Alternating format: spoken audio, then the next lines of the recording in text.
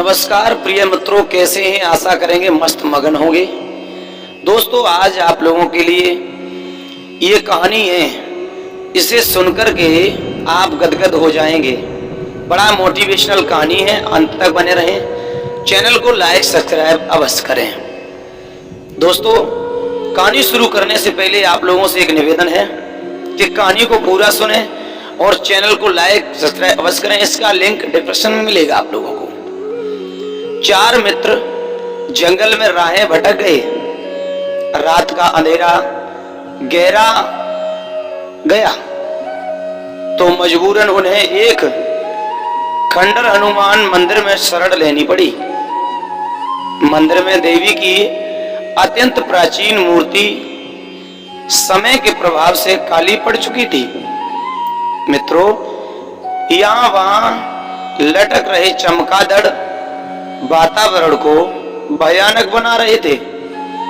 झींगुर अनवरत बोल कर सन्नाटे की छाती को चीर रहे थे, पर उससे कोई दिलासा मिलने की बजाय भय ही बढ़ रहा था।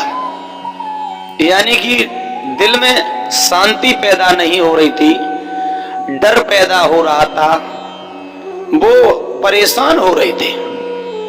चारों एक दूसरे के साथ खड़े थे, हाथ थामे गोल घेरा बनाकर सटक कर बैठ गए। मंदिर की छत टूटी हुई थी और उसमें से चंद्रमा का प्रकाश छन कर आ रहा था। समय काटने और भय दूर भगाने के लिए वे कहानियां कहने सुनने लगे। पहले मित्र ने अपने दादाजी से सुनी हुई वीर राणा सांगा की कहानी सुनाई है, जिसने बहुत कुछ कर दिखाया, जिनसे उनमें कुछ साहस का संचारण किया। दूसरे ने भूत प्रेत की कहानी आरंभ की तो सबने उसे डांट कर चुप करा दिया। तीसरे और चौथे मित्र ने क्रम मजाहिया और वीरतापूर्ण कहानियां सुनाई। अभी वे आपस में चुल्हेबाजी ही कर रहे थे कि अचानक कलेजे को चीरने वाली हंसी वातावरण में गूंज उठी। किसी नारी स्वर का यह अट्ठास उनकी रूह को भी कपा गया। मित्रों, उस ठंडी रात में भी उन चारों के बदन पसीने से भीग गए। वे भयभीत होकर हंसने वाली उस औरत को देखने के लिए इधर उधर गर्दन घुमाने लगे, पर उन्हें कोई नजर नहीं आया।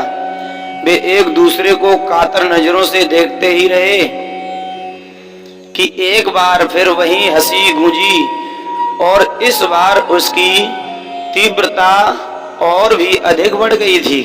दोस्तों, उन चारों ने मंदिर से बाहर निकल भागने की चेष्टा की, परंतु आश्चर्य उनके हाथ पैरों ने उनका साथ नहीं दिया। ऐसा लगा मानो पूरे बदन को लकवा मार गया हो। वे असहाय से बैठे रहे। एक ने जोर से चिल्लाकर कुछ कहना चाहा, पर उसकी आवाज उसके गले में ही घुटकर रह गई। जुबान तालू से जा चिपकी, लेकिन उन चारों के हृदय रेलगाड़ी की तरह धड़क धड़क कर रहे थे। फिर एक विचित्र घटना और हुई।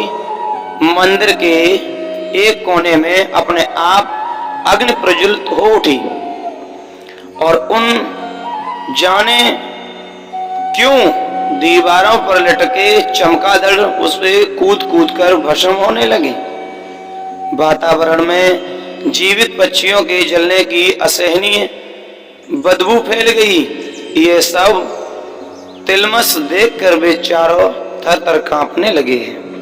दोस्तों, कहानी आगे जारी रही है। क्या हुआ? आखिर क्या था इन सब का रहस्य? कौन थी अट्ठास करने वाली स्त्री? उन चारों का क्या हुआ? आगे जानने के लिए हमारे चैनल हनुमान सच्चा ज्ञान को सब्सक्राइब करें, लाइक करें, कमेंट दोस्तों के साथ शेयर करें और पूरी सच्चाई जानें कि क्या था उनका रहस्य।